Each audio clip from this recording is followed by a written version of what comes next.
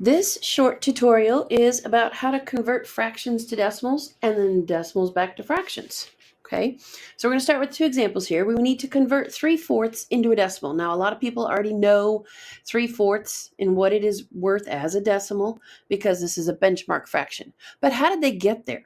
Okay, so a fraction is read as 3 divided by 4. A lot of times you see it as 3/4 written this way. Makes it a little easier to read sometimes. Okay, so 3 divided by 4. That means I go put 3 in and 4 stays out. Okay, I'm going to add a decimal, a couple zeros. Don't know how many I need, but I can always add more as I go. Bring your decimal straight up. And then you start dividing. 4 can't go into 3, so I'm going to put a 0. 4 can go into 30 7 times. 7 times 4 is 28. Subtract, whoops, you get 2, bring down that 0. 4 can go into 25 times, subtract, that's where it ends. So 3/4 as a decimal is 0.75. Okay, that was an easy one because we knew what the answer was. Most of us do. So converting 5/8 into a decimal, that's not really a benchmark. Okay, so we're going to do the same thing, 5 divided by 8. So 5 will go in, 8 will stay out. We bring that decimal straight up. I always start by adding 2 zeros. I always add more as I go, okay, if I need them. 8 cannot go into 5, so I'm going to put 0. 8 can go into 50 6 times because 6 times 8 is 48. Subtract, you get 2. Bring down that 0. 8 can go into 22 times. 2 times 8 is 16. Subtract, I get 4. I'm going to add another 0. Bring it down. 8 will go into 45 times, and that's where that will stop. Okay, so 5/8 as a decimal is 0.625.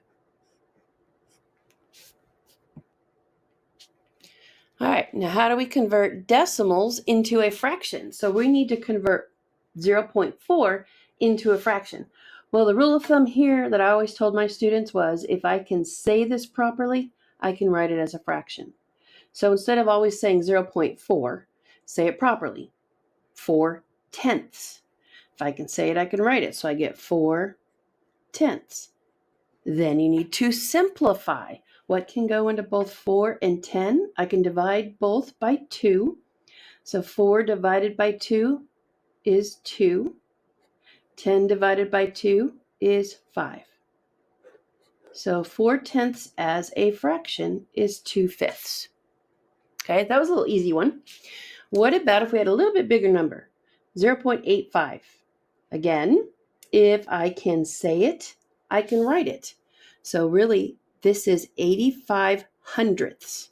So we're going to put 85 over 100. Now we have to simplify. What can go into both 85 and into 100? Well, 5 can because this ends in 5, that ends in 0. So this one's easy. 100 divided by 5 is 20. I'm going to get the bottom number first, my denominator. And then 85, I might have to work it out. It's a big deal if you do.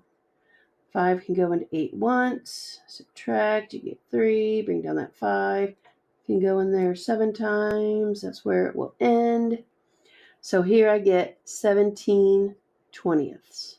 I can't simplify that any further. Sometimes you can, so go ahead and keep simplifying until you get it down to the lowest number possible. Hope that helps.